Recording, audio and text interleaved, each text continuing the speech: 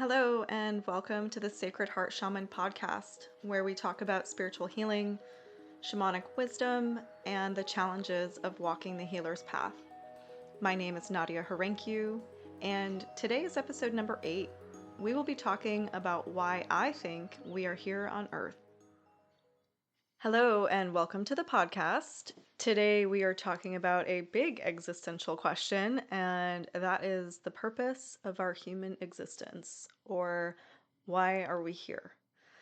I'm always so surprised by how many clients sit down in front of me and, when asked this question, don't have a great answer or any answer.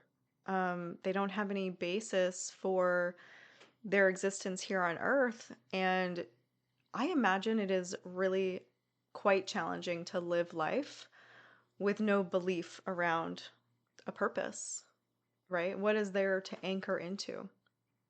So I want to talk about this a little bit in a broad, non-dogmatic, shamanic kind of way.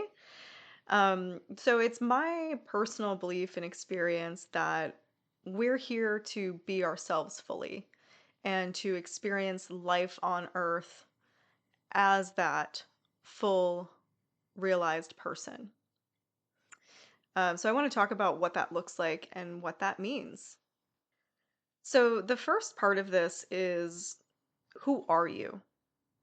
Right? Everyone is made up of a very unique combination of things, from genetics to spiritual origins to trauma experiences, societal influences.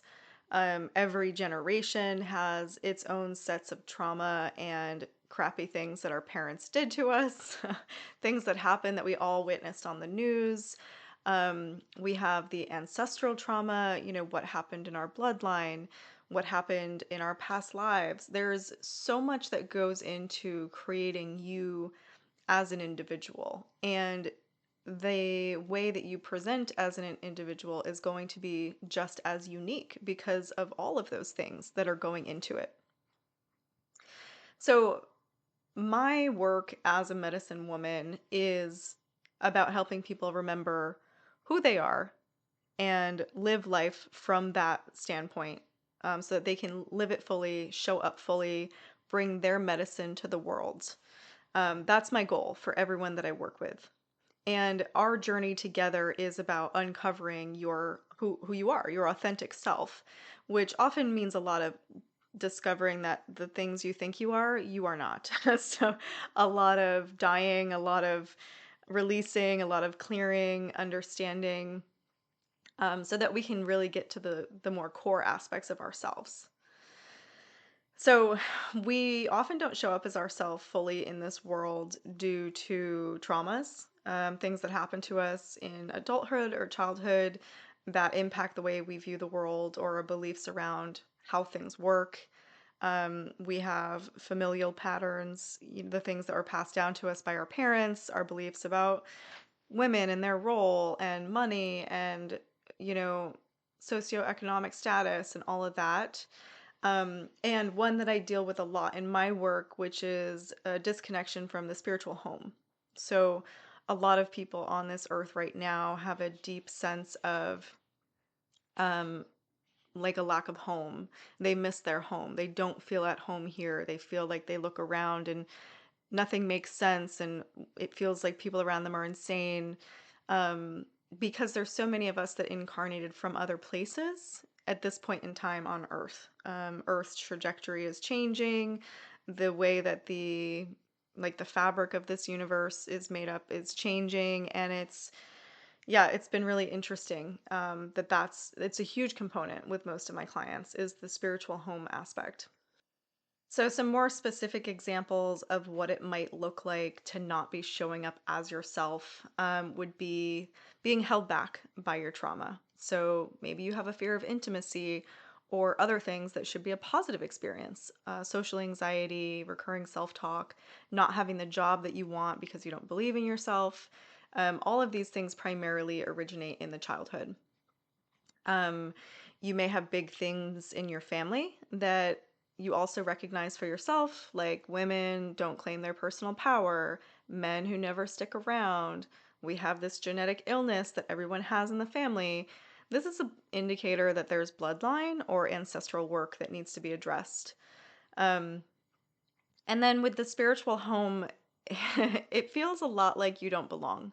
You're longing for a sense of home, and you can never quite get to the bottom of that, or like you're connected to the stars or some other location that you can't quite put your finger on. People with this often feel connected to supernatural experiences at a really young age. They have a pull to hear about ET abductions or Skinwalker Ranch or read Dolores Cannon books, connecting to the spirit realm in whatever way is accessible to them in their family of origin. So, in looking at these different categories, you can kind of get a sense of where you're not showing up fully as yourself because it'll be the place in your life that you're most unhappy. Is it your relationship? Do you feel deeply unhappy or like you're in a space of suffering in your marriage, or maybe you can't keep a partner? Maybe you feel intense loneliness. Like wherever there is a sense of suffering, that's the place that we need to look first. That's where we start uncovering, okay, I'm not showing up fully as myself in this space, or else there would be a bigger sense of fulfillment. And then we start looking at those three categories. Okay, which one of these is linked to this area of my life? Same thing goes with job. That's such a big one because a lot of people work for the wrong reasons. Um, whether it's job security, benefits, money, prestige, um, when we work a job that our heart is not in, it's slowly killing us. Truly. And so we need to uncover what's behind that, right? Did your parents shame you into being a doctor?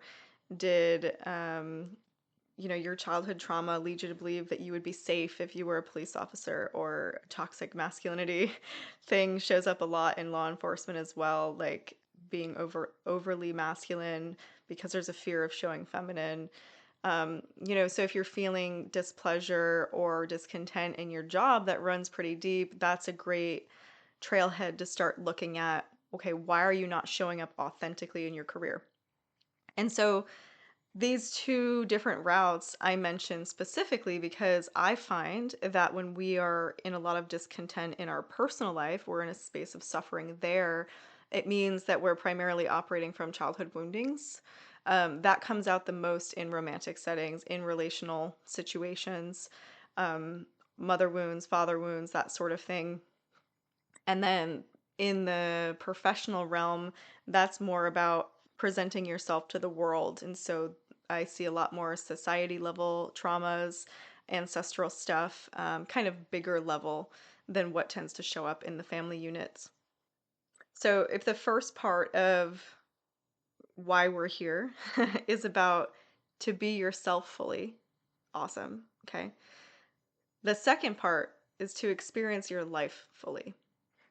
So these two sections work in tandem and they kind of have to come together at the same time or intertwined with each other, right? So you have to embody yourself fully in order to experience life fully. And we can't have one without the other. And this is where I think we come up against deeper aspects of our trauma and adopted belief systems, right? So for example, you've discovered that your mom's narcissism has impacted you, your personality and defense mechanisms as you were developing as a child.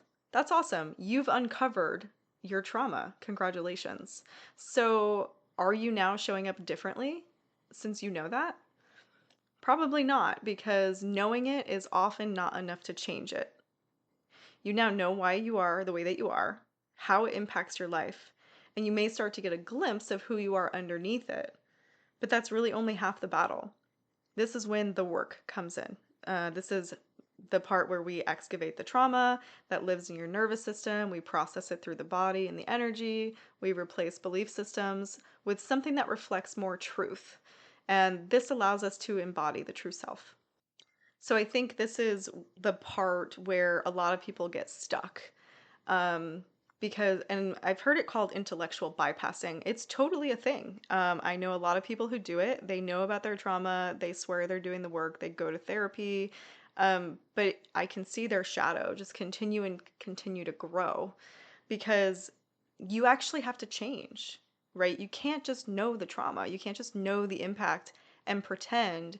There has to be a significant shift. There has to be a significant change in order to be living your life from that whole healed version of you. So if your outer world doesn't feel like it reflects who you are on the inside, this is an indicator that you haven't moved through this second process yet. Or if other people look at you and they're like, "Ooh, that doesn't match."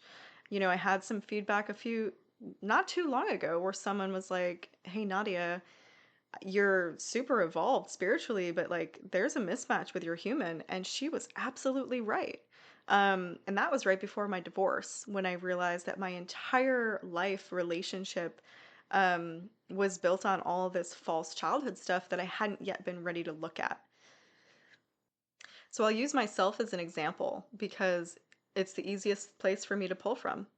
So I haven't been able to show up physically the way that I want and the way that I feel spiritually. And it has to do with the way that I treat my avatar or my body. I had a lot of childhood stuff around eating comfort foods.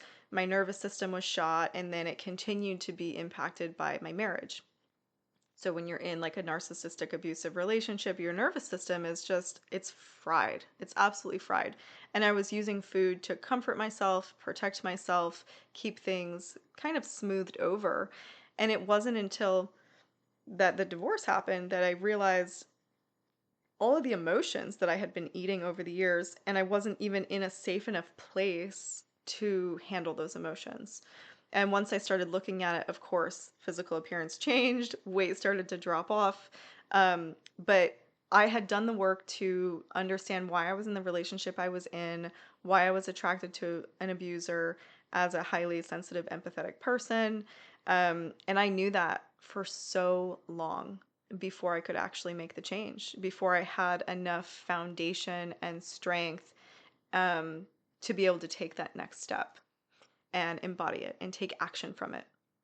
So now I am living my life from a more authentic version of myself, which means the relationship I enter into next is going to be very different. The same thing could be said about other areas like budgeting or um, taking care of my body, like brushing my teeth. It required me to begin looking at how I value my worth and my dependency on men to take care of me. Hello, father wound, right? And remain grounded in this reality. So I knew that I had a lot of wounding around my father. He was very emotionally absent. He had a huge issue with drugs, was never what I needed him to be as a child.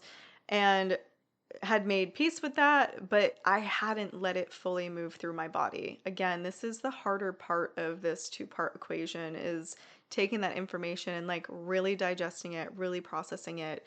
And you need a lot of tools to do that. So, yeah, what I would encourage you to do is ask yourself if you know who you are, like, do you know what you're made of? Do you know why you're here? Do you know what makes you happy, brings you joy? And life is only about 50% joy, right? It's not about the joy, but the joy is a trailhead. The joy is a great place to start. And if you can't feel it and you don't know what sparks you up, that means that you first must go through the excavation process. So if you and I sit down and I start asking you about what you want and how you want your life to feel and what brings you pleasure, what brings you joy, and we can't have a meaningful conversation about that, it means we have to go backwards first. It means we have to go back into the childhood first and do some pretty significant unburdening before you even have the capacity to look forward. And so when you start asking yourself those questions about who you are and why you're here, now we ask ourselves about, are you showing up fully? Are you living your life from that place? Do you know that you're a badass in this thing that you do, but you're not actually doing it? You're not actually bringing it to the world. You're not showing up for it. Is that a thing for you? I know it was a thing for me for a long time with my abilities. I've had them for a very long time, and I was terrified of the way people were going to judge me or see me, and I held back. And now that I do it for a living, I can't even imagine why I would hold them back, except that it was about my own beliefs and I was in my own head about it. So if you look around in your life and you ask yourself the honest questions about who you are and why you're here and how do you live as that person fully, what do you come up with? Where are your stuck spaces? That's when we enlist a healer. That's when we enlist a coach. If we're like, yeah, I see this thing, I can feel it, I can almost hold it, but I just can't get over this line to make it happen. That's when we need support. That's when we need tools and accountability and someone to cheer us on, someone to hold space for us to process the harder, denser things that we cannot process on our own. So, other than these two things, who you are and living life fully, I have a lot of feelings about why we're here on Earth. Sometimes I feel a really strong desire to like help and heal and find the others. And sometimes I'm like, no, Earth is perfect. There is nothing to change and there's no one to heal. You are just here to be yourself and to have fun. And how much more expansive does that feel? Seriously, sit with that for a second. A lot of people say, I want to be here to change the world. I want to be here to rescue the dogs. I want to be here to do X, Y, and Z.